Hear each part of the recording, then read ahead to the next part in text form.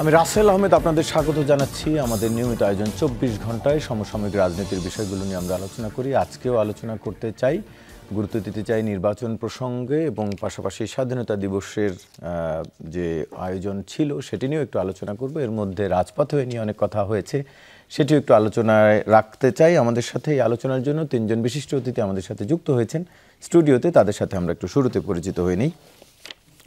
ডান দিক থেকে শুরু করছি, জনাব এবিএম মোশাররফ হোসেন, প্রশিক্ষণ বিষয়ক সম্পাদক বিএনপি, আপনাকে আলোচনায় স্বাগত। রয়েছেন জনাব মুজিবুর রহমান মঞ্জু, চেয়ারম্যান আমার বাংলাদেশ পার্টি, আপনাকেও আলোচনায় স্বাগত জানাচ্ছি। এবং রয়েছেন জনাব ডক্টর আসিফ মোহাম্মদ শাহান, অধ্যাপক, উন্নয়ন অধ্যয়ন বিভাগ, ঢাকা বিশ্ববিদ্যালয়, আপনাকেও আলোচনায় স্বাগত জানাচ্ছি। আমরা আলোচনা শুরু করছি। শুরুতে একটু আমরা যে স্বাধীনতা দিবস পার করলাম গতকাল, সব রাজনৈতিক দল, শ্রেণী পেশার মানুষ শ্রদ্ধা জানিয়েছে, পাশাপাশি রাজপথে নিয়ে অনেক কথাও হয়েছে। একটু জনাব মুজিবুর রহমান মঞ্জু, আপনাকে দিয়ে আলোচনা শুরু করছি। দ্বিতীয় স্বাধীনতা একটি কথা বেশ এসছিল, বিশেষ করে ৫ আগস্টের পরে অনেকেই। গতকাল বিএনপির পক্ষ থেকে এ নিয়ে বেশ কয়েকজন কথাও বলেছেন, অন্যান্য দলেরও বলেছেন, নাহিদ বলেছেন বা অন্যান্য বলেছেন। আমি একটি বিষয়ে কোট করতে চাই। জনাব মির্জা আব্বাস, বিএনপির স্থায়ী কমিটির সদস্য, তিনি বলছেন দ্বিতীয় স্বাধীনতা বলে স্বাধীনতা দিবসকে খাটো করতে চায়। একটু আপনার কাছে জানতে চাই, আসলে এই ২৪ আন্দোলনটিকে কি বিতর্কিত করার কোনো সুযোগ আছে কিনা, বা স্বাধীনতা দুটি তো আলাদা অবস্থানই নয় কিনা, বা আপনারা কিভাবে দেখেন আসলে? ধন্যবাদ রাসেল আপনাকে। এখানে আসিফ ভাই, মোশাররফ ভাই আছেন, দর্শক বন্ধুকে শুভেচ্ছা। সামনে ঈদ আসছে, আগামী দিন মোবারক। আসলে দুটো বিষয়কে মুখোমুখি করাটা মোটেও উচিত না। ৭১ আমাদের অবিস্মরণীয় অর্জন। একটা ৭১ তো হঠাৎ করে হয় নাই, একটা বিরাট ধারাবাহিকতা, একটা সংগ্রামের প্রেক্ষাপটে হয়েছে। এবং আমরা যদি ৭১কে দেখি, আমরা দেখব যে আমাদের গণতান্ত্রিক অধিকার, নির্বাচন, আমরা নির্বাচিত হয়েছিলাম, কিন্তু নির্বাচিত হয়েও আমরা ক্ষমতায় বসতে পারি নাই পূর্ব পাকিস্তানের লোকেরা, যেটা শেষ পর্যন্ত স্বাধীনতার সংগ্রাম। এবং তার মাঝে আরেকটা বড় ঘটনা আছে, সেটা হচ্ছে গণহত্যা, ২৫শে মার্চের গণহত্যা। তাহলে এটাকে অনিবার্য করে তোলা হয়েছিল স্বাধীনতার সংগ্রামটা। এর আগে কিন্তু সংগ্রামটা ছিল অধিকারের সংগ্রাম, বৈষম্যের বিরুদ্ধে সংগ্রাম। আমাদের পূর্ব পাকিস্তানের মানুষের উপরে যে বৈষম্যটা হয়েছিল সেটার সংগ্রাম। ৭১ কিন্তু মানচিত্র বদলে দিয়েছে, ৭১ একটা পতাকা বদলে দিয়েছে, ৭১ সীমানা বদলে দিয়েছে। ৭১ একটা নতুন বীজ বা জন্মের নাম। ২৪কে যদি আপনি সেই জায়গায় রাখেন, তাহলে এই ২৪-এর সাথে এখানে কিন্তু একেবারেই তুলনার বিষয় না। কিন্তু অসাধারণ ব্যাপার হচ্ছে কি, সেটা হচ্ছে ২৪-এই কিন্তু ৭১-এর সাথে একটা অপূর্ব মিল আছে। সেটা হচ্ছে, দেখেন ২৪-এও কিন্তু নির্বাচন, পরপর ৩টা নির্বাচন অধিকার কেড়ে নেওয়া হয়েছে। ৭০-এর নির্বাচনে ভোট পেয়েও ক্ষমতায় বসতে পারলাম না আমরা। আর এখানে হচ্ছে পরপর 3টা নির্বাচনে আমাদের ভোটাধিকার মানে ক্রমান্বয়ে একেবারেই মুছে দেওয়া হয়েছে। তাহলে এখানে একটা মিল আছে। ২ নম্বর হচ্ছে গণহত্যা, এখানে একটা মিল আছে। ২৪-এর শেষ মুহূর্তে এসে যে ম্যাসিভ গণহত্যা চালানো হয়েছে, এবং যেটা বর্বরতার মানে আপনি কোনো তুলনা করা যায় না, যে মেরে হেলিকপ্টার থেকে গুলি করে, যেন একটা যুদ্ধের পরিস্থিতি। যুদ্ধ ছাড়া একটা দেশের মধ্যে হেলিকপ্টার থেকে গুলি করে মানুষ হত্যার নজির নাই কিন্তু। তারপরে আপনার লাশ পুড়িয়ে দেওয়া হয়েছে, গুম করা হয়েছে শত শত মানুষকে। তাহলে এই জায়গায় একটা মিল আছে। আরেকটা মিল হচ্ছে, সেটা হচ্ছে বৈষম্যের বিরুদ্ধে বা এই যে ভোটাধিকারের বিরুদ্ধে, লুটপাটের বিরুদ্ধে একটা ধারাবাহিক জায়গা। আপনি যদি ওখানে মিলান, যেখানে পশ্চিম পাকিস্তানের নাগরিকদের দ্বারা পূর্ব পাকিস্তানের লোকেরা বৈষম্যের শিকার হয়েছে, আর ২৪-এ আমরা দেখেছি জাতি 2 ভাগে ভাগ হয়ে গেছে, আওয়ামী লীগ ভার্সেস অল। আওয়ামী লীগ ছাড়া আর কারো কোনো অধিকার নাই। আপনি যদি আওয়ামী লীগ না করেন, আপনি যদি বঙ্গবন্ধুকে সম্মান করেন, আপনি যদি স্বাধীনতার পক্ষেও থাকেন, তাও হবে না। কারণ পরিস্থিতিটা এমন জায়গায় নেওয়া হয়েছে, আপনি মুক্তিযোদ্ধা হলেও আপনি যদি আওয়ামী লীগ না করেন, আপনি মুক্তিযোদ্ধা না, আপনি রাজাকার। তো এই জায়গাটায় আমরা দেখি যে ২৪ আর ৭১-এর একটা ধারাবাহিকতার মিল আছে। বাট এটা স্পষ্ট কথা, সেটা হচ্ছে কেউ যদি এ ধরনের বলে যে এটা প্রকৃত স্বাধীনতা, ওইটা প্রকৃত স্বাধীনতা না, এটা আমি মনে করি একটা ধৃষ্টতার সামিল। এবং এ দ্বারা বোঝা যায়, এই ধরনের কথা যারা বলে, তাদের অ্যাকচুয়ালি আমাদের ৭১-এর স্বাধীনতাকে তারা আসলে সম্মান করেন না। তারা এখনও মেনে নিতে পারছেন না ৭১-এর মুক্তিযুদ্ধের বিজয়টাকে। ঠিক তেমনিভাবে আপনি যদি দেখেন, এই যে আমাদের একটা রোগ, এই যে আমাদের একটা প্রবণতা, ৪৭-এ কিন্তু একটা অবিস্মরণীয় স্বাধীনতার সংগ্রাম হয়েছিল। সেখানে তো যুদ্ধ হয় নাই, কিন্তু তার আগে একটা ধারাবাহিক রক্তক্ষরণ, ধারাবাহিক সংগ্রামের ইতিহাস আছে। লম্বা ইতিহাস, 200 বছরের সংগ্রামের ইতিহাস। 71-এ এসে আমরা দেখেছি অনেকে 47-কে ডিনাই করার চেষ্টা করেছে, কিন্তু এটা তো একটা ক্রমধারা। তারও 47-এর আগে যদি আপনি যান, বঙ্গভঙ্গ রদ, এই যে একটা সংগ্রামের জায়গা, এর মাঝখানে অনেকগুলো সিপাহী বিদ্রোহ, আপনার আমাদের বাঁশের কেল্লার লড়াই, বড় একটা ধারাবাহিকতা আছে। সেজন্য কোনোটারই বিকল্প কোনোটা না, কোনোটার মতোই কোনোটা না, আবার প্রত্যেকটারই একটা ধারাবাহিকতা আছে। আপনি যদি দেখেন 47-এর সংগ্রাম 71-এর সংগ্রামের মধ্যে মেল পাবেন, আর তার মাঝে কিন্তু 52, 62, 69, ঠিক আছে, একটা ধারাবাহিকতা আছে।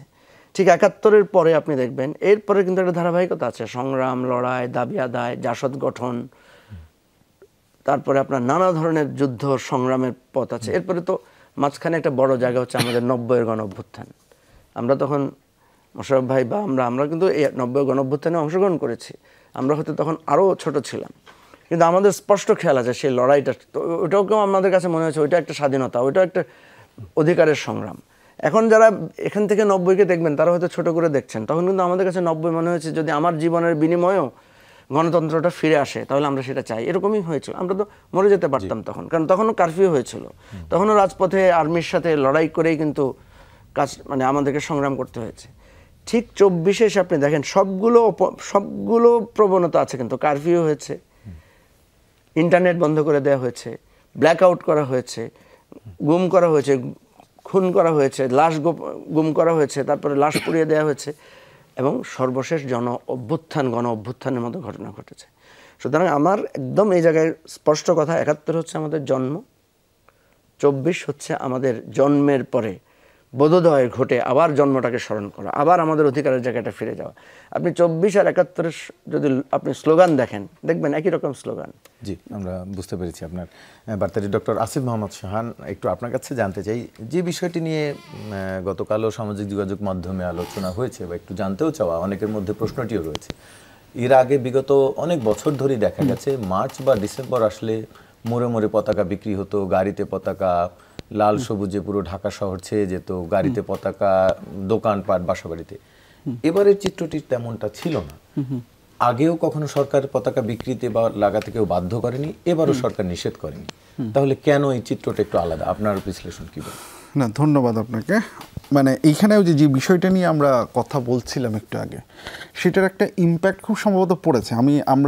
আমরা কেউই নিশ্চিতভাবে এখন বলতে পারবো না যে কেন এক্স্যাক্টলি কাহিনীটা ঘটছে, কারণ তাহলে হচ্ছে কি আমার যারা বিক্রি করছে বা যারা ইসে করছে না তাদের পয়েন্ট অফ ভিউটা জানতে হবে। কিন্তু যে জিনিসটা খুব পরিষ্কার, যেটা একটু আগের বক্তব্য এসছে, যে একটা চেষ্টা তো করা হচ্ছে যে 71 এবং 24-এর মধ্যে একটা বিভাজন আনবার, কোনটা বেশি গুরুত্বপূর্ণ, একটাকে ডিনাই করার একটা চেষ্টা তো আছে। চেষ্টা যেমন হচ্ছে গিয়ে 24-কে ডিনাই করারও আছে, আবার সবচেয়ে একটা বড় ইস্যু হচ্ছে 71-কে ডিনাই করারও একটা চেষ্টা আমরা স্পষ্টভাবে দেখতে পাচ্ছি, এবং এই জায়গাটা খুব গুরুত্বপূর্ণ।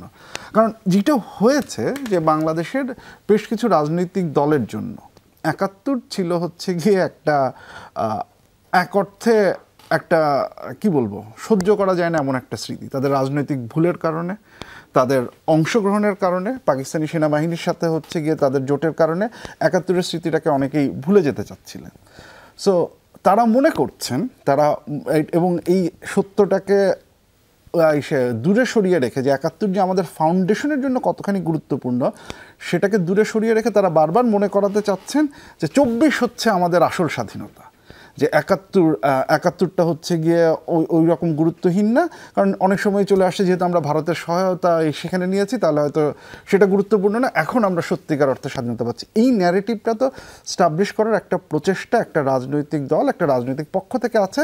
কারণ 71-এর ভূমিকাটা নিয়ে আমরা বারবার প্রশ্ন তুলি তাদের, এবং সেটা গুরুত্বপূর্ণ। এই যে বিভাজনটা তৈরি করা হচ্ছে, এইটা তো হচ্ছে কি আমার মনে হয় জনমানসে একটা প্রশ্নের, জনমানসে অ্যাটলিস্ট একটা শঙ্কার, আমি প্রশ্ন বলবো না, কারণ এখানে প্রশ্নের কোনো জায়গা নেই। যে কথাটা অঞ্জু ভাই একটু আগে বলে গেলেন, যে খুব স্পষ্ট 71 আমার ফাউন্ডেশন, আমরা 71 হচ্ছে গিয়ে আমার আইডেন্টিটি এস্টাবলিশ করার যুদ্ধ। 71 হচ্ছে গিয়ে আমি একটা ভূখণ্ড পাচ্ছি, একটা পতাকা পাচ্ছি, একটা স্বাধীন রাষ্ট্র হিসেবে নিজেকে আইডেন্টিফাই করতে পারছি, এবং এই পুরো জিনিসটা একটা প্রক্রিয়ার মধ্য দিয়ে এসেছে। 47-এর দেশভাগের পর থেকে যেটা হচ্ছে কি আমাদের এক ধরনের আশা আকাঙ্ক্ষার যেটা জন্ম দিয়েছিল, সেখান থেকে আস্তে আস্তে সরে এসে নিজের আইডেন্টিটি বিল্ডিংয়ের প্রত্যেকটি ধাপ, এই যে আমরা বলি না যে ইতিহাসের একটা ধারাবাহিকতা আছে, আপনি যদি 47-এর সাথে দেখেন, আপনাকে 52-কে অ্যাকনলেজ করতে হবে, আপনাকে 66-কে অ্যাকনলেজ করতে হবে, আপনাকে 6 দফাকে অ্যাকনলেজ করতে হবে, আপনাকে 69-এর গণ অভ্যুত্থানকে অ্যাকনলেজ করতে হবে, আপনাকে 71-এ যদি আসেন, আপনি 71-এ এসে আপনাকে 7ই মার্চ, 25, 26, 27 প্রত্যেকটা জিনিসকে আপনার অ্যাকনলেজ করতে হবে। আপনার আমাদের যে মানে মুক্তিযুদ্ধ এবং মুক্তিযোদ্ধা সেক্টর কমান্ডার, তাদের ভূমিকা, এমএজি ওসমানীর ভূমিকা, জাতীয় নেতা বঙ্গবন্ধু থেকে শুরু করে 4 নেতার ভূমিকা, সেক্টর কমান্ডার যারা ছিলেন তাদের ভূমিকা, এই প্রত্যেকটা জিনিসকে অ্যাকনলেজ করে তারপরে আপনাদের আগাতে হবে। এই যে 71 যে এই একটা গণমানুষের মুক্তির যে আকাঙ্ক্ষা, এবং সেক্ষেত্রে আমরা দেখেছি যে কিছু রাজনৈতিক দল এই গণমানুষের আকাঙ্ক্ষাটাকে বুঝতে ভুল করেছেন, বা তারা গণমানুষের আকাঙ্ক্ষার বিপরীতে দাঁড়িয়েছেন। এবং শুধু যে দাঁড়িয়েছেন তা না, তারা পাকিস্তানি সেনাবাহিনীর সাথে হাত মিলিয়েছেন, এবং তার ফলশ্রুতিতে যেটা হয়েছে সেটা আমরা দেখেছি। এইটাও আমাদের রেকগনিশনের রাখা দরকার 71 থেকে। এবং যে জিনিসটা বারবার বলা হচ্ছে, যে ঘটনাটা ঘটেছে 71 পরবর্তী সময়, 71-এ আমরা যেমন আমরা স্বাধীনতার ঘোষণাপত্রে তাকান, যে আমরা যে মানবিক মর্যাদা, সামাজিক ন্যায় বিচার, সমতা ভিত্তিক যে সমাজ গঠন করার কথা আমরা বলেছিলাম, 71 পরবর্তী বাস্তবতা সেটা আমরা দেখিনি। 72 থেকে 75 সময়কে আমরা যেটা দেখেছি, যারা গণনায়ক ছিলেন, ওই যে প্যাট্রিয়ট একটা কবিতা আছে না, Das he entered and thus he go, so যেই গণনায়ক ছিলেন সেখান থেকে হচ্ছে গিয়ে একটা বিশাল পতন আমরা দেখেছি। সো 72 থেকে 75-এ আমরা এই যে আমাদের আশা আকাঙ্ক্ষা যেটা, সেখানে আহত হতে দেখেছি, আমাদের গণতান্ত্রিক রাষ্ট্র বিনির্মাণের যে চেষ্টা সেটা ক্ষতিগ্রস্ত হতে দেখেছি। 75 থেকে 90 অ্যান্ড হচ্ছে গিয়ে সেই সময় আমরা একটা সামরিক শাসন ব্যবস্থার মধ্য দিয়ে গিয়েছি, 91-তে আমরা একটা সুযোগ পেয়েছি, আবার 2008-এ এসে আরেকটা। তাহলে এই যে 2024টা ইম্পর্টেন্ট কেন? 2024-এ আপনি দেখেন, 2024-এ আন্দোলনগুলোর দিকে তাকান, আন্দোলনগুলোতে যে ছাত্র জনতা অংশগ্রহণ করেছে, তারা বাংলাদেশের পতাকাটা মাথায় লাগিয়ে অংশগ্রহণ করেছে। আপনি আন্দোলনের বক্তব্যের দিকে তাকান, তারা বৈষম্যহীনতার কথা বলছেন। আপনি আন্দোলনের যে স্পষ্ট স্লোগানগুলোর দিকে তাকান, সেখানে কিন্তু বারবার বলা হচ্ছিল এই মর্যাদার কথা, বারবার এসেছে হচ্ছে সমতার কথা। সংখ্যাটি কেন? আপনি ওই যে যেটা বললাম, যে আপনি এইটাকে, আপনি এই ব্যাপারটাকে, এটা যখন একটা একতাবদ্ধ হিসেবে ছিল, এইটা থেকে হচ্ছে কি আপনি যখন একটা বিভাজন তৈরি করার চেষ্টা করছেন, সো তখন তো হচ্ছে গিয়ে মানুষের মনে একটা প্রশ্ন যাচ্ছে যে এই 71 এবং 24-কে সরকার কোনো সময় আলাদাভাবে দেখছে কিনা, এবং সে কারণেই হচ্ছে গিয়ে নিজে থেকে এই একটা ইস্যু আসছে। এবং এই ক্ষেত্রেই সরকারের গুরুত্ব, মানে পূর্ণ ভূমিকা রাখা খুব দরকার, বারবার এই কথাটা এস্টাবলিশ করা দরকার। নাহিদ ইসলাম যে কথাটা বলেছেন, দ্যাট ইজ ভেরি ইম্পর্টেন্ট, এবং আমি বলবো এনসিপি এবং অন্যান্য পলিটিক্যাল পার্টিগুলোকে বারবার এটাকে হ্যামার আউট করা দরকার, যে 71 হচ্ছে আমার জন্মের উৎস, সেটা কোনোভাবেই সেটা 24-এর যে গুরুত্ব, সেটা 71-এ আমরা যেটাকে অর্জন করতে পারিনি, আমরা যেটার মধ্যে গিয়েছি সেটাকে আমরা আবার সামনে নিয়ে এসেছি, এবং 24 হচ্ছে আমার একটা অপরচুনিটি 71-এর সেই স্বপ্নটাকে বাস্তবায়নের। সো সেইভাবে হচ্ছে গিয়ে বারবার আমার মনে হয় যদি আমরা এটা করি, তাহলে আগামী এই বিজয় দিবসে হয়তো আমরা একটা ভিন্ন চিত্র দেখতে পাবো। এবারে রমজানের কারণে অন্য একটা সেটাও হতে পারে। হ্যাঁ, জি, সেটিও হতে পারে নিশ্চয়ই। জনাব A B M Mosharraf Hossain, একটু আপনার কাছে জানতে চাই, এটি একটি বিষয় রয়েছে, বিএনপি মহাসচিব মির্জা ফখরুল ইসলাম আলমগীর বলেছেন, কিছু মানুষ, কিছু দল, কিছু গোষ্ঠী বোঝানোর চেষ্টা করেছেন যে 1971 কোনো ঘটনাই ছিল না, যারা সেদিন হত্যাযজ্ঞ করেছিল তারা এখন গলা ফাটিয়ে কথা বলছে। পাশাপাশি এটি নিয়ে একটু আপনার মাধ্যমে জানতে চাই, পাশাপাশি যে বিষয়টি নিয়ে বললেন মোহাম্মদ শাহান, যে যেই একটা মানুষের মধ্যে শঙ্কা রয়েছে, তো সেই শঙ্কাটি দূর করার ক্ষেত্রে কি বিএনপিরও একটি ভূমিকা থাকে না, যে রাজনৈতিক দল হিসেবে তারাও যদি এটিকে ব্যাপকভাবে আয়োজন করতো, বা তাহলে হয়তো সে ধরনের যে প্রশ্নটি এখন এসছে যে সোসাইটিতে বিগত বছরগুলোর মতো এবার স্বাধীনতা দিবস পালন হয়নি, সেটি সেই ক্ষেত্রে কি বিএনপিরও কিছুটা ঘাটতি ছিল কিনা? না, ধন্যবাদ আপনাকে, ধন্যবাদ আমার সহ আলোচক। না, আপনি দেখেন, আমার মনে হয় যে এটার অন্যতম একটি কারণ হলো যে রমজানের কারণে অনেকে হয়তো যে আনুষ্ঠানিকভাবে করার কথা ছিল সেটা হয়তো সম্ভব হয়, কিন্তু গাড়িতে গাড়িতে একটি পতাকা উড়ানো কি রমজানের জন্য বন্ধ ছিল? না, এখানে একটি জিনিস আমি একেবারে এটা নির্মমভাবে আমি বলতে চাই, যে এই 24-এ গণ অভ্যুত্থানের তো আমাদের সার্বজনীন আমরা একটা বিজয় অর্জন করেছি, ফ্যাসিস্ট বিদায় নিয়েছে, তারপর কিন্তু আমাদের সমাজে দেখেন নানা শক্তি তাদের উত্থানকে কিন্তু দেখাবার একটা চেষ্টা করছে, এটাকে অস্বীকার করার কোনো সুযোগ নেই। যে আমরা দেখেছি এমনও কিছু শক্তি উত্থান হচ্ছে এখন যেগুলি আগে রাজনীতি হয়তো নামে মাত্র ছিল, কিন্তু এখন তারা কিন্তু প্রকাশ্যে জানান দিচ্ছে। এটাকে আপনি অস্বীকার করার কোনো সুযোগ নাই। এই ক্ষেত্রে সরকারের একটা নিষ্ক্রিয়তা আছে, এটা অস্বীকার করার কোনো সুযোগ নেই। আপনি দেখবেন এর মধ্যে হিজবুল তাহরির একটি সংগঠন যেটা নিষিদ্ধ আমাদের কনস্টিটিউশনে, সেটা প্রকাশ্যে রাজপথে কিভাবে মিছিল করার সুযোগ পায়? তাদের কয়েকজনকে পরে আমার কথা সরকার যদি এই ব্যাপারে আগেই একটা প্রতিরোধমূলক ব্যবস্থা গ্রহণ করতেন তাহলে এই পর্যায়ে যাওয়ার মতো কোনো সুযোগ ছিল না। যার কারণে দেখেন আজকে কিন্তু কোনো মহান বলার চেষ্টা করছে বাংলাদেশ একটা মৌলবাদীর দিকে চলে যাচ্ছে। এই জায়গাগুলিকে আমাদের খুব সতর্কর সাথে কিন্তু আমাদের অ্যাড্রেস করতে হবে। আর এই যে বিতর্কটা, আমি মনে করি এখানে বিতর্কের কোনো সুযোগ নেই।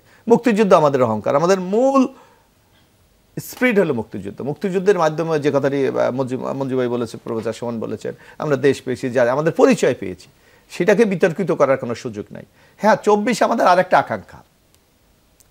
আমরা যে স্বাধীনতা যুদ্ধের যে আমাদের সাম্য, মানবিক মর্যাদা, ন্যায় বিচার ভিত্তিক একটা সমাজ ব্যবস্থা আমরা প্রত্যাশা করেছিলাম, 24 সেখান থেকে গত ফেসিস্ট সরকার আমাদেরকে অনেক দূরে নিয়ে গেছে।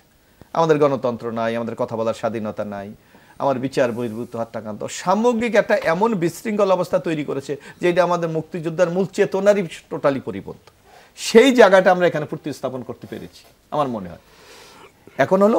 এখন যে কথাটি, হ্যাঁ, যে আপনি যে আন্দোলনটা কি, যেটা বৈষম্যের বিরুদ্ধে, এখন কথা হলো এই পরিবর্তনের পর সেই বৈষম্য মুক্ত সমাজ গঠনের জন্য কি আমরা এগিয়ে যেতে পারছি? এখানে কিন্তু আমাদের মধ্যে একটা দ্বিমত তৈরি হচ্ছে। এখানে একটা দ্বিমত তৈরি হচ্ছে। রাজনৈতিক দলগুলি একটা বলছে, গভর্নমেন্ট একটা বলছে, বা সমাজের অন্যান্য শ্রেণীর লোকটা একটা বলছে। এই বিভাজন আজকে 71 এবং 24-এর এই বিতর্কটাকে আমি মনে করি সামনে নিয়ে এসেছে। কিন্তু আমি স্পষ্ট আমাদের দল বা আমরা মনে করি যে 71 নিয়ে বিতর্কের কোনো সুযোগ নেই। জি, আমরা আবারও আলোচনায় ফিরবো, একটু নির্বাচন প্রসঙ্গেও জানতে চাইবো, তবে তার আগে একটি বিরতি নিয়ে আসি। দর্শক, ছোট্ট একটি বিরতির পর ফিরছি, সঙ্গেই থাকুন।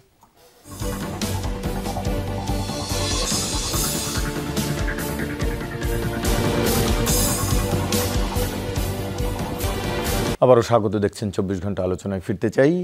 জনাব আসিফ মোহাম্মদ শাহান, একটু আপনার কাছে আসতে চাই। বিশেষ করে প্রধান উপদেষ্টার ভাষণের পরে রাজনৈতিক অঙ্গনে বিভিন্নজন বিভিন্ন বক্তব্য দিচ্ছেন। অনেকেই বলছেন যে তিনি যে এবার যেহেতু ডিসেম্বর থেকে জুনের কথা বলেছেন, এটি আসলে এক ধরনের নির্বাচন ডিসেম্বরে হচ্ছে না তার একটি ইঙ্গিত দিচ্ছে, অর্থাৎ একটু পিছিয়ে যেতে পারে। আপনি আসলে কিভাবে দেখছেন? তার মানে কি এই যে এর আগে তিনি বলছিলেন স্বল্প প্যাকেজ, বড় প্যাকেজের কথা, তার মানে কি বড় প্যাকেজের দিকে যাচ্ছে কিনা আমরা সংস্কারের? দেখুন, মানে অনেস্টলি স্পিকিং আপনি যদি বলেন, আমি এইটা নিয়ে একটু কনফিউজড যে আসলে হচ্ছে গিয়ে কী হচ্ছে। কারণ আমি বিভিন্ন বক্তব্য বিভিন্ন সময় যেটা শুনছিলাম যে মোরলেস এসেছিল হচ্ছে গিয়ে এটা হয়তো ডিসেম্বরের মধ্যেই হচ্ছে, এবং তখনই বারবার প্রধান উপদেষ্টার সেই বক্তব্যটা যে যদি আপনারা অল্প সংস্কার চান তাহলে ডিসেম্বরে, বেশি সংস্কার থাকলে হচ্ছে জুনে, তাহলে বোঝা যাচ্ছিল যে আমরা তাহলে বড় সংস্কারের দিকে যাচ্ছি না। সো ইতোমধ্যেই বিভিন্ন রাজনৈতিক দলগুলো তাদের মতামত দিয়েছে। সো যদি জুনের কথা বলেন তাহলে আপনি যেটা বললেন সেটা ঠিক, যে তাহলে আমাদের ধরে নিতে হবে হয়তো আমরা বড় সংস্কারের দিকে যাচ্ছি। কিন্তু আমি কনফিউজড হচ্ছি কেন আমি বলি যে আমি যখন প্রধান উপদেষ্টার বক্তব্যটা শুনলাম তখন এই সংস্কারের বিষয়ে ওনার যে মতামত সেটা থেকে আমি ছোট বড় সংস্কারের কোনো দিক নির্দেশনা পেলাম না। মানে আমি একদম কমপ্লিটলি অনেস্টলি বলতেছি যে অনেস্টলি স্পিকিং আমি ব্যক্তিগতভাবে নির্বাচন যে চাচ্ছি না তা না, নির্বাচন দরকার, অবশ্যই দরকার, কিন্তু যদি সংস্কারের জন্য নির্বাচনকে ডিসেম্বর থেকে জুনে পিছিয়ে দিতে হয়, অ্যাজ অ্যান ইন্ডিভিজুয়াল পার্সোনালি আমার সাথে তাতে দ্বিমত নেই। এটা আমাদের মতপার্থক্য থাকতে পারে, কিন্তু যেটা বললাম যে সেটা হচ্ছে সংস্কার এবং কি করছি বা আমরা একটা মতৈক্য এস্টাবলিশ করতে পারছি কিনা সে জায়গায়। এখন প্রধান উপদেষ্টা যখন তার বক্তব্যে বললেন যে আমরা মতামতগুলো পেয়েছি, এখন হচ্ছে আমরা মতামতগুলো দেখব, যেগুলো বিষয়ে সবাই একমত সেটার বেসিসে আমরা জুলাই চার্টার করব, তাহলে মানে এইখানে আপনি তাহলে সংস্কারের আর কাজের বাকি কি থাকলো? তাহলে কি সংস্কার আমরা শেষের দিকে চলে এসেছি? এবং তার চেয়েও যেটা গুরুত্বপূর্ণ কথা, যদি এইটাই হয় হচ্ছে সংস্কারের শেষ ধাপ, তাহলে আপনি ঐক্যমত্যে পৌঁছাচ্ছেন কি ব্যাপারে? ইনফ্যাক্ট যদি আপনি ঠিকভাবে দেখেন তাহলে তো হচ্ছে এই তত্ত্বাবধায়ক সরকার নিয়েও তো ঐক্যমত্য নেই। বিএনপি বা বাকিরা চাচ্ছেন, একটা রাজনৈতিক দল মনে করছে যে মানে কত বোধহয় 2 টার্ম বা এরকম সময়ের জন্য, বাকি সময় না, আমরা যেটা নিউজ পেপারে দেখছি। তো তারপরে উচ্চকক্ষ নিয়ে মোটামুটি না, আবার এবি সেখানে পার্টি দ্বিমত আছে, হ্যাঁ, সেখানে দ্বিমত দ্বিমত আছে। আছে, তাহলে সেটা নিয়েও হচ্ছে কি আপনার মতৈক্য নেই। সো নারী আসনের ব্যাপার বিভিন্ন এই যে 166টা আপনি যদি ওইভাবে দেখেন যে সকল রাজনৈতিক দল একমত হয়েছে, এরকম আপনি কিছু মাইনর জিনিসপত্র পাবেন, কিন্তু পাওয়ার স্ট্রাকচারে বেসিক চেঞ্জ যেটা আপার হাউস লোয়ার হাউস, পিআর হবে কি হবে না, এফপিটিপি এবং পিআর এর সংমিশ্রণ হবে কি না, মহিলাদের নির্বাচনের প্রক্রিয়া কি হবে, ইলেকশন কমিশনের শক্তিশালী কিভাবে করা হবে, এই বিষয়ে তো কোনো মতৈক্য হয়নি। তো তাহলে জুলাই চার্টারে কি থাকবে, মানে তাহলে যে জুলাই চার্টার তৈরি করা হবে সেখানে আসলে এক্স্যাক্টলি কি থাকবে? আমার তো ধারণা ছিল, আমরা আগে যেটা শুনেছি সেটা হচ্ছে যে অবশ্যই আপনি যখন প্রথম দফা মতামত দেবেন তো সেখানে তো অবশ্যই দ্বিমত থাকবে। তো এখন হচ্ছে কি, এবং এই দ্বিমতেরও তো কিছু জিনিস আছে যে কিছু ব্যাপারে দ্বিমত এত স্ট্রং যে এইটা নিয়ে কোনো ধরনের নেগোসিয়েশন আসলে সম্ভব হবে না। যেমন আমি ধরে নিচ্ছি যে মূলনীতির যে জায়গাগুলো, এইটা নিয়ে এত দ্বিমত স্ট্রং যে এইটা নিয়ে আসলে হয়তো আমরা কোনো ঐক্যমত্যে পৌঁছাতে পারবো না। কিছু ব্যাপারে তো আমাদের ঐক্যমত্য আছে, যে আমরা ধরেন ওই আপার হাউস আমরা চাচ্ছি আপার হাউসে ইলেকশনের প্রক্রিয়াটা কি হবে এইটা নিয়ে আছে। এখন এটা নিয়ে তো একটা নেগোসিয়েশনের পসিবিলিটি আছে।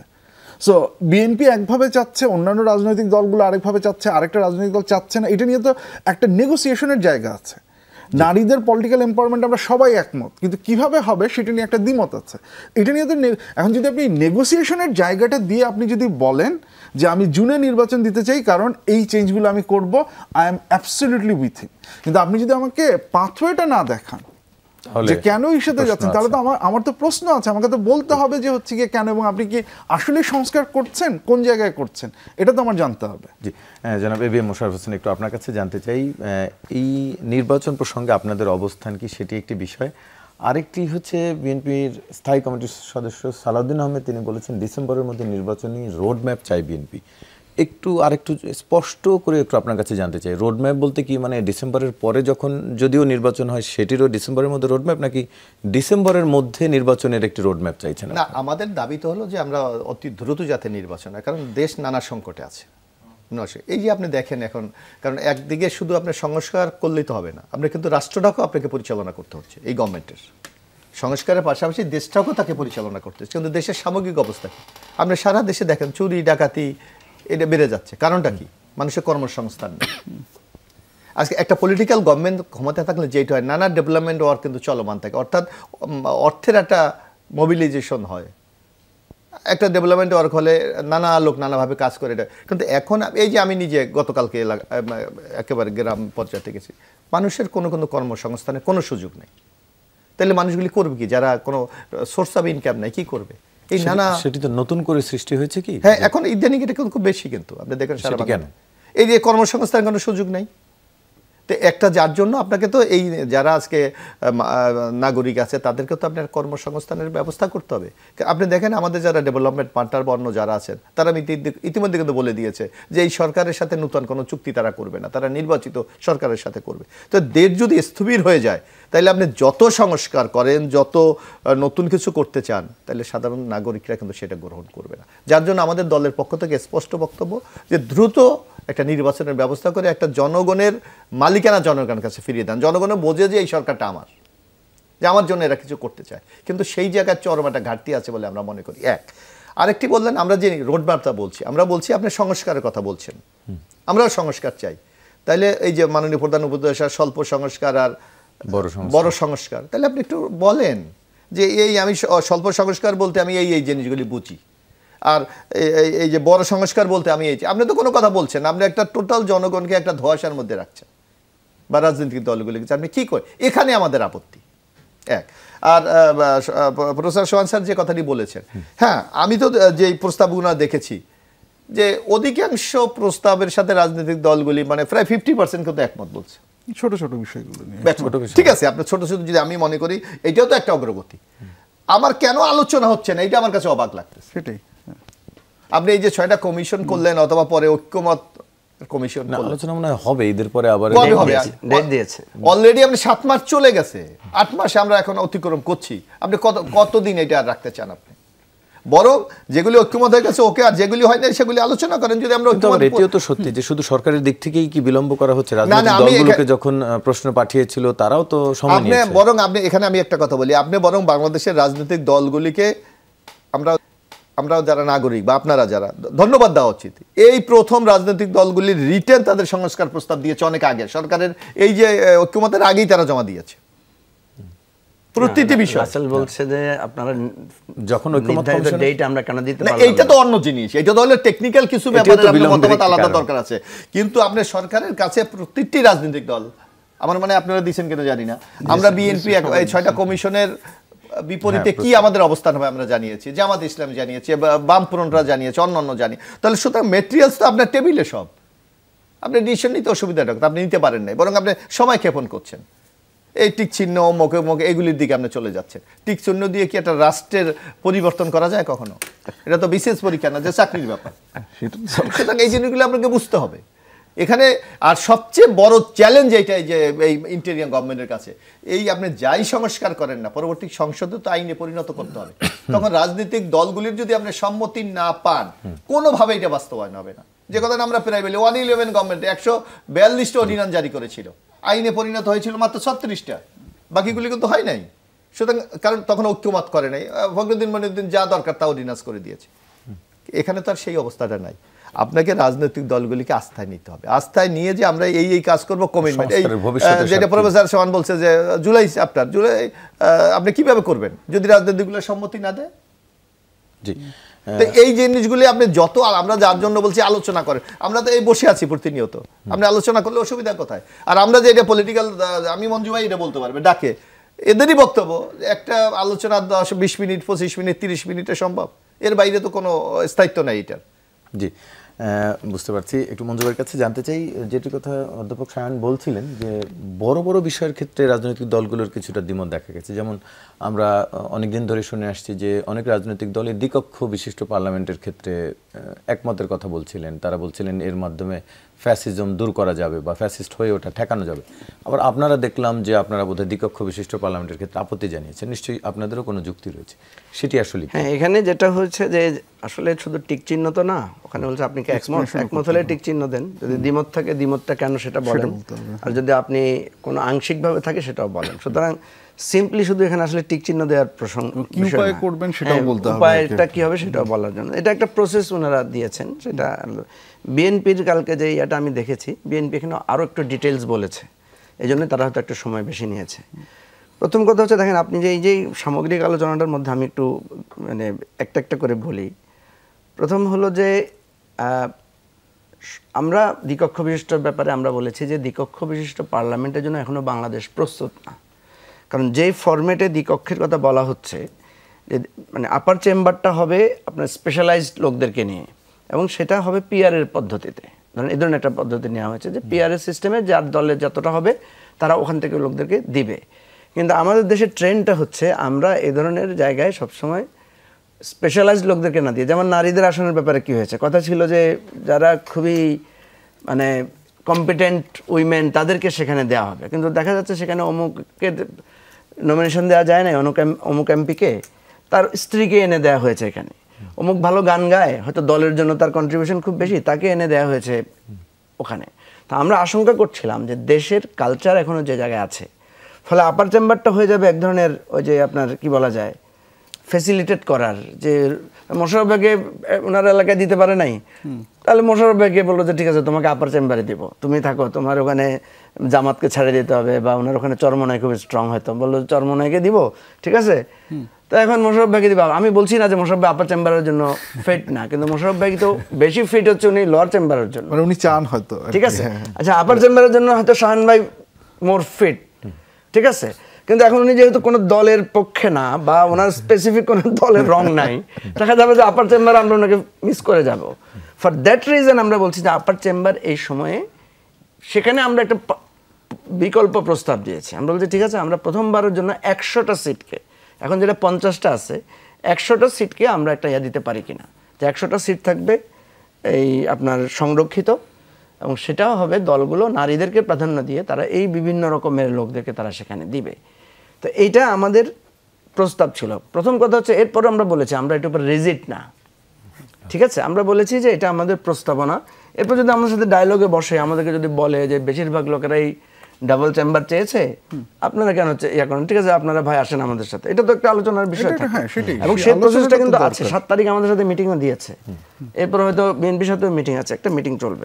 বিষয় হচ্ছে কি, ওই যে বলেছেন সরকারকে তো একই সাথে অনেক কাজ করতে হচ্ছে। মোশাররফ ভাই যেভাবে বললেন যে সরকারের, আবার সরকারের সফলতার দিকও তো আছে। যেমন ধরেন প্রফেসর ইউনূস সেদিন বক্তৃতায় বলেছেন যে রেমিটেন্স 30 ভাগের বেশি বেড়ে গেছে এবং ক্রমান্বয়ে এটা বাড়ছে। কেন বাড়ছে? রেমিটেন্স বাড়ার সাথে সরকারের কি সম্পর্ক? সরকারের প্রতি আস্থা, আগে আওয়ামী লীগ সরকারের প্রতি একটু অনাস্থা ছিল, এটার প্রতি আস্থা বেড়েছে, মূল্যস্ফীতি কমে এসেছে, দ্রব্যমূল্যের দাম কমেছে, রপ্তানি প্রায় 13% বেড়েছে, এলসিগুলো হচ্ছে, তাহলে একটা জিনিস গ্র্যাজুয়ালি একটা জায়গায় যাচ্ছে। এবারে রমজানে তো আমরা দেখেছি এই সরকারের একটা সাফল্য আছে। আপনি যে কথাটা বলেছেন ইলেকশনের ব্যাপারে, দেখেন ইলেকশন কি ডিসেম্বরে হবে না জুনে হবে? আমি শাহান ভাইয়ের সাথে একমত যে এখানে আমি এত বেশি ফ্লেক্সিবিলিটি থাকা দরকার আমাদের। এখন দেখেন জুনে ইলেকশন করা সম্ভব কিনা, কারণ সিচুয়েশনের কারণে সম্ভব না।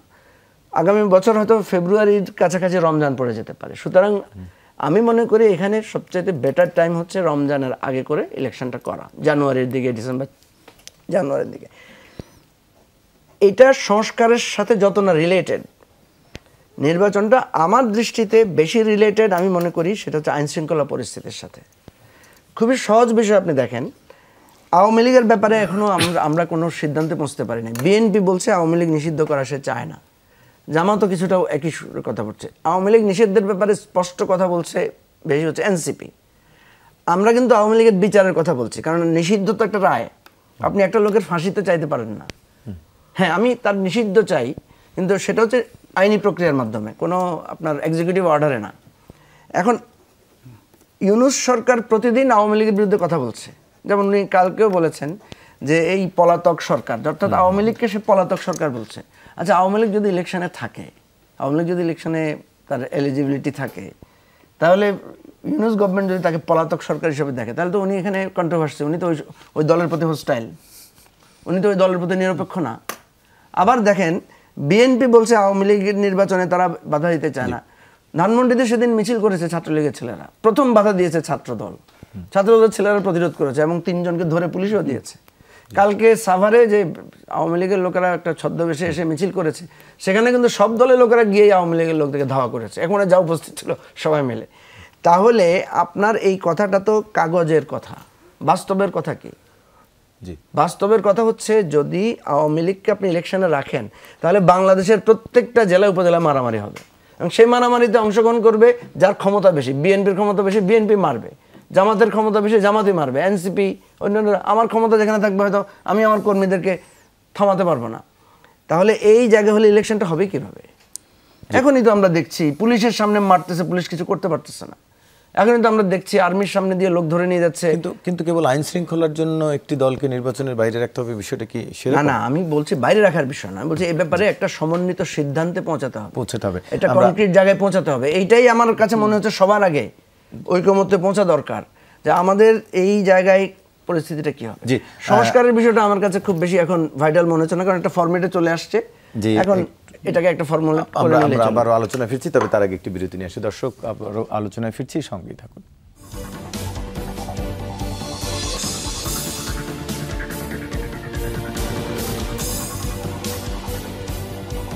আবারও স্বাগত, দেখছেন 24 ঘন্টা। আলোচনায় ফিরতে চাই, জনাব এবিএম মোশাররফ হোসেন, একটু আপনার কাছে আলোচনায় ফিরতে চাই। যেটি মঞ্জু ভাই বলছিলেন, এই সরকারের সফলতা প্রসঙ্গে প্রধান উপদেষ্টা বেশ কিছু তথ্য দিয়েছেন, মূল্যস্ফীতি, আবার তিনি বিনিয়োগের বিষয়ে বেশ কিছু আশ্বাসের কথা বলছিলেন, বিশেষ করে চীন সফর, এছাড়া বিনিয়োগ সম্মেলন যেটি হতে যাচ্ছে বাংলাদেশে। তার মানে যে কথাটি আসলে বলা হচ্ছে, রাজনৈতিক স্থিতিশীলতা দরকার বিনিয়োগের ক্ষেত্রে, আপনিও এর আগে একটু বলছিলেন, আসলে কোনটি দরকার, রাজনৈতিক সরকার নাকি রাজনৈতিক স্থিতিশীলতা? যদি প্রধান উপদেষ্টার বক্তব্য সত্যি হয়, এই ডাটাগুলো সত্যি হয়, তাহলে মানে রাজনৈতিক স্থিতিশীলতা এখন আছে এমনটি বলা যায় না? এটা তো অবশ্যই আছে, কারণ আপনি একটা দেখেন, তার মধ্যে দেশের অগ্রগতি থেমে নেই। আপনি একটা জিনিস লক্ষ্য করেন, সেটা হলো এই একটা মাত্র বাংলাদেশের গভর্নমেন্ট আপনি দেখবেন যে ইউনিট সরকার, যাকে সবাই সাপোর্ট দিয়েছে, কারণ আওয়ামী লীগ তো পালিয়ে গেছে, আওয়ামী লীগ তো দেশে নাই। আর অন্যান্য আপনি এই ধরনের ইন্টেরিয়াম আপনি দেখেন, 111 গভর্নমেন্ট দেখেন, যে সেই গভর্নমেন্টও কিন্তু বিএনপির সাথে ভালো সম্পর্ক ছিল না। তারপরে আপনি অন্য গভর্নমেন্ট দেখেন, সেই 96 বা অন্য যে কোনো কেয়ারটেকার গভর্নমেন্টগুলি, একটা প্রতিপক্ষ কিন্তু সবসময় ছিল। এই this is the first time যে সকল রাজনৈতিক দল এই ইন্টেরিয়াম গভর্নমেন্টকে সাপোর্ট দিয়েছে। সুতরাং রাজনৈতিক স্থিতিশীলতা রাজনৈতিক দলগুলির কারণেই আছে। এবং যার জন্য রাজনৈতিক দল কিন্তু স্পষ্ট ভাষায় বলছে যে ইউনূসকে ব্যর্থ হতে দেওয়া যাবে না। এটা আপনি আগে কখনো শুনেছেন কোনো কেয়ারটেকার গভর্নমেন্ট অথবা যেই গভর্নমেন্টে আসুক থাকা? সুতরাং এই সুবিধা তো এই সরকারের আছে। এবং ইউনূস সাহেব যে সাফল্যটা দাবি করেছে, আমি মনে করি শুধু এটা তার গভর্নমেন্টের না, এটা রাজনৈতিক দলগুলির ক্রেডিট, যে তারা এই সরকারকে নিঃস্বার্থভাবে সাপোর্ট দিয়ে যাচ্ছে। এবং মানুষ যখন দেখছে যে এই যে আপনি রেমিটেন্স বলেন, রপ্তানি, অন্য ক্ষেত্রে মানুষ যখন দেখছে কোনো বিশৃঙ্খলা নেই, দলগুলির একটা টোটাল সম্মতি আছে, তখনই কিন্তু দেশের মধ্যে একটা শান্তি পড়ে। এখন কথা সেখানে না, কথা হলো এই হানিমুন টাইম তো আজীবন চলবে না। 7 মাস চলে গেছে, আপনি কতদিন এভাবে দেশ চালিয়ে যাবেন? আপনাকে তো একটা জায়গায় গিয়ে শেষ করতে হবে। সেই শেষটাই আমরা বলছি নির্বাচনের মাধ্যমে শেষ করবে, যার তার পূর্ব শর্ত হলো কিছু সংস্কার। কিন্তু আপনি সেই উদ্যোগটা আপনি কতটুকু নিচ্ছেন, এটা হলো বড় প্রশ্ন। জি, বুঝতে পারছি। একটু মঞ্জুরের কাছে জানতে চাই আরেকটি বিষয়ে, যে প্রধান উপদেষ্টার যে চীন সফর, সেটি নিয়ে একটু আপনার দৃষ্টিতে জানতে চাই। যে একটি বিনিয়োগের আশা রয়েছে মানুষের মধ্যে, বা সরকারের পক্ষ থেকে বিভিন্ন সময় কথা বলার কারণে তৈরি হয়েছে। আপনি চীন সফরটাকে কিভাবে দেখেন? বিনিয়োগ পাশাপাশি যেহেতু আমাদের বন্ধু পরিবর্তন হলো কিনা, সে ধরনের একটি প্রশ্নও রয়েছে, একটু আপনার বিশ্লেষণ। চীন সফরটা তো খুবই আশাব্যঞ্জক, এবং যেহেতু চীন এখন একটা বিরাট পরাশক্তি, সো এটা কিন্তু একটা বিরাট অ্যাচিভমেন্ট আমি যেটা মনে করি। এবং 4 দিনের সফর, 1 নাম্বার। 2 নম্বর হচ্ছে সেখানে কিন্তু উনি বেশ কিছু কর্মসূচিও রেখেছেন, যেগুলো আরও ব্যবসায়ী কেন্দ্রিক রিলেটেড। আমি যেটা দেখেছি যে চীনের সাথে আমাদের যে চুক্তিগুলো আগের আছে, সেখানে কিন্তু আমাদের আপনি দেখবেন যে গত প্রায় 9 বছর ধরে তাদের সাথে আমাদের প্রায় 10টার মতো চুক্তি আছে বিভিন্ন প্রজেক্টে। সেখানে কিন্তু 25%-এর বেশি 9 বছরে টাকা ছাড় হয় নাই।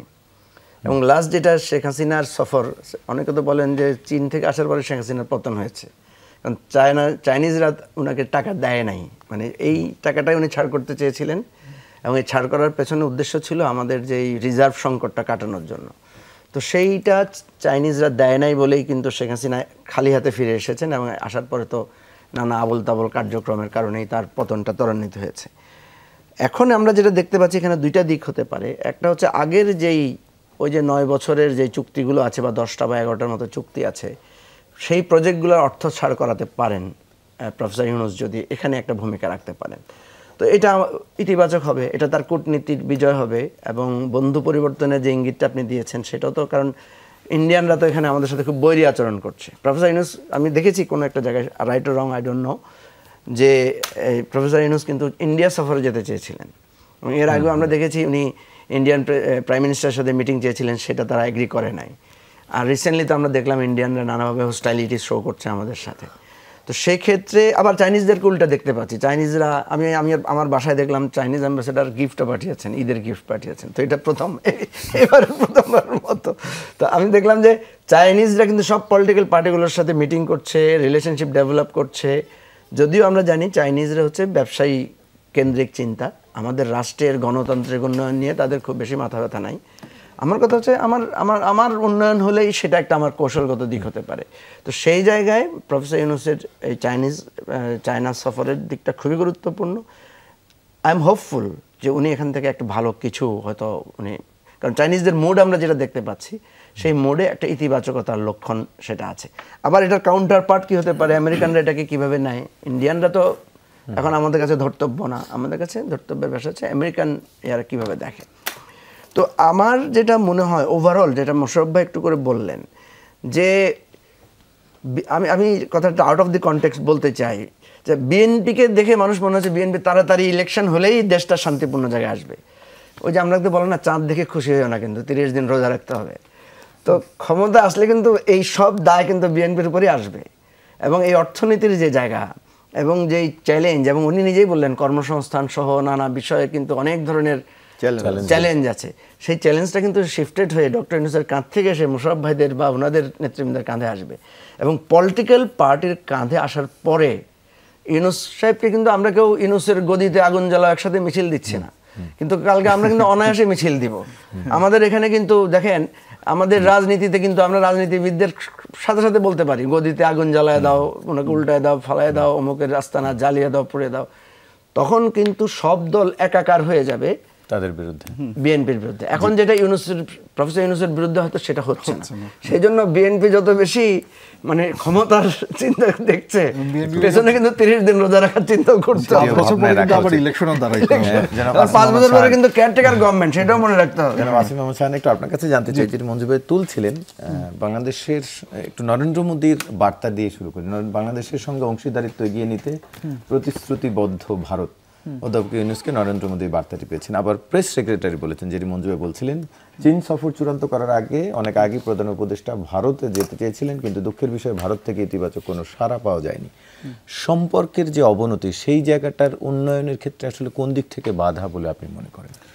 দেখুন, আমাদের দিক থেকে, বাংলাদেশের দিক থেকে আমি তো বাধার কিছু দেখছি না, কারণ বারবার দুটো জিনিস, দুটো জিনিস খুব পরিষ্কার মাথায় রাখতে হবে। একটা হচ্ছে ব্যক্তি কি বলছেন, বা আপনি সোশ্যাল মিডিয়াতে কি দেখছেন, বা বিভিন্ন মানুষজন ইউটিউব বিষয়তে কি বলছেন, that doesn't matter. What matter is state লেভেলে আপনি যখন নেগোশিয়েট করছেন, স্টেটের অ্যাক্টররা কি বলছেন, স্টেটের হেড কি বলছেন, তিনি কি হচ্ছে মানে মেসেজটা দিচ্ছেন। আপনি যদি সেটা দেখেন, তাহলে বাংলাদেশের সরকারি জায়গা থেকে কখনো কি ইন্ডিয়ার এগেনস্টে মানে সম্পর্ক আরও খারাপ করা হোক, এরকম কোনো অ্যাটেম্প কি কখনো নেওয়া হয়েছে?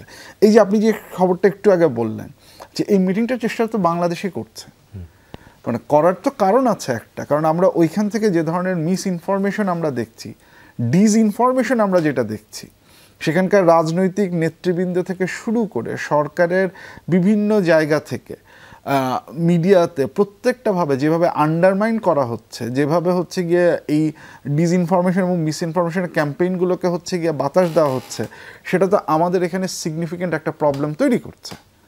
সো এই জায়গাটাতে তো আমরা তো এইখানে আপনি দেখেন, তারপরেও what we are trying to do, গভর্নমেন্টের কাছ থেকে আমরা একটা আলাপ চাচ্ছি, আমরা একটা ডিসকাশন চাচ্ছি। ওই দিকের রেসপন্স দেখেন, আমরা তো সেই ক্ষেত্রেও কোনো কিছু পাচ্ছি না। কাজে আমাদের দিক থেকে তো আমার মনে হয় না যে আমরা চেষ্টার কোনো ত্রুটি করছি। দ্বিতীয়ত, যে এই যে আপনার চীন বা যুক্তরাষ্ট্রের সাথে যে সম্পর্কটা, এইটা তো হচ্ছে আমার মানে গণতান্ত্রিক বলেন, রাষ্ট্রীয় বলেন, সেই অধিকার আমি তো ডাইভার্সিফাই করবই। আপনি আমেরিকা যখন ট্যারিফের ইসে করছে, আমেরিকা যখন হচ্ছে গিয়ে বিভিন্ন ঝামেলাগুলো তৈরি করছে, যেটা আমার বিজনেস, আমার অ্যাক্টিভিটিসকে হচ্ছে গিয়ে এফেক্ট করতে পারে, তখন আমি অল্টারনেটিভ দেখবো না? তা আমি তখন হচ্ছে, যেমন হচ্ছে আপনি দেখেন যে পররাষ্ট্র উপদেষ্টা এক পর্যায়ে বলছিলেন যে আমরা কীভাবে ওইখান থেকে তুলা নিয়ে এসে এটা করতে পারি। তার মানে এই যে ট্যারিফের এটাকে আমি বাইপাস করার একটা চিন্তাভাবনা করছি। আমার বিজনেস ডাইভার্সিফাই করা দরকার, আমার ইনভেস্টমেন্ট লাগবে। আমি আমেরিকার কাছেও রিচ আউট করছি, আমি চায়নার কাছেও রিচ আউট করছি যে আপনি ওখানে হচ্ছে গিয়ে ইনভেস্টমেন্ট করেন।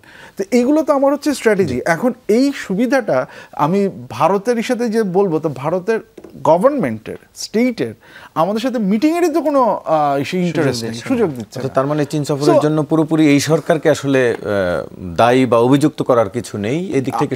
আমি এটাই বুঝছি না যে আমাদের সরকার আরেকটা দেশের সাথে কথা বলতে যাবে, এখানে দায়ের কোশ্চেন আসছে কেন? মানে আমরা তো নিজে থেকে এটা করতে পারি, এখানে কেন হচ্ছে গিয়ে কে কি মনে করছেন কোনো কারণ নেই। যে আপনাদের তিনজনকে ধন্যবাদ জানাচ্ছি আলোচনা অংশ নেওয়ার জন্য। দর্শক, এই ছিল আমাদের আজকের আলোচনায়। ধন্যবাদ সবাইকে 24 ঘন্টার সাথে থাকার জন্য।